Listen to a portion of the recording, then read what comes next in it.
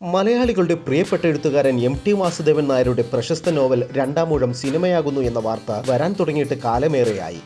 ഒടുവിൽ മലയാളത്തിന്റെ മഹാനടൻ മോഹൻലാൽ തന്നെ ഇത് സംഭവിക്കാൻ പോകുന്നു എന്ന് അറിയിച്ചിരിക്കുന്നു. മനോരമ ന്യൂസ് മേക്കർ സംവാദത്തിലൂടെയാണ് മോഹൻലാൽ ഈ വാർത്ത സ്ഥിരീകരിച്ചത്.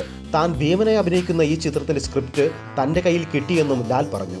600 കോടി മുതൽ മുടക്കിൽ നിർമ്മിക്കുന്ന ഈ ബിഗ് ബഡ്ജറ്റ് ചിത്രം ഒരു ഇന്റർനാഷണൽ പ്രൊഡക്ഷൻ ആവുമെന്നും 2 ഭാഗമായിട്ടാണ് പ്രേക്ഷകർക്ക് മുന്നിൽ എത്തുക എന്നും അദ്ദേഹം കൂട്ടിച്ചേർത്തു. ഈ സിനിമയുടെ സംവിധായകനെക്കുറിച്ചോ ബാക്കി താരങ്ങളെക്കുറിച്ചോ യാതൊന്നും സൂചിപ്പിച്ചില്ല. മുൻപ് ഹരിഹരൻ ഈ ചിത്രം സംവിധാനം ചെയ്യുമെന്നായിരുന്നു വാർത്ത.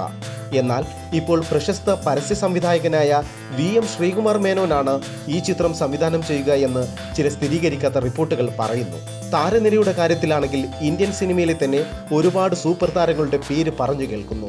മലയാളികളുടെ മെഗാസ്റ്റാർ മമ്മൂട്ടി, ബോളിവുഡ് സൂപ്പർ താരങ്ങളായ അമിതാഭ് ബച്ചൻ, അമീർ ഖാൻ, ഐശ്വര്യ റായ്, തെന്നിന്ത്യൻ താരങ്ങളായ വിക്രം, നാഗാർജുന, ശിവരാജ് കുമാർ എന്നീ പേരുകളാണ് രണ്ടാമൂഴം എന്ന ചിത്രവുമായി ബന്ധപ്പെടുത്തി ചർച്ച ചെയ്തുകൊണ്ടിരിക്കുന്നത്.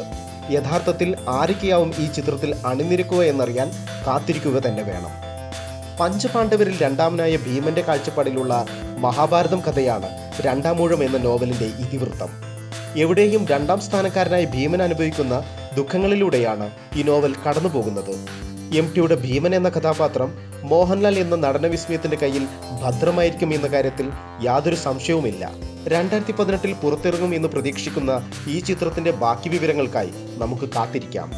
മൂവി മർമർ എന്ന ഈ ചാനൽ നിങ്ങൾ തന്നുകൊണ്ടിരിക്കുന്ന പ്രോത്സാഹനത്തിന് 1000 നന്ദി. കൂടുതൽ സിനിമാ വാർത്തകൾക്കും വിശേഷങ്ങൾക്കുമായി ഞങ്ങളുടെ ചാനൽ സബ്സ്ക്രൈബ് ചെയ്യുമല്ലോ.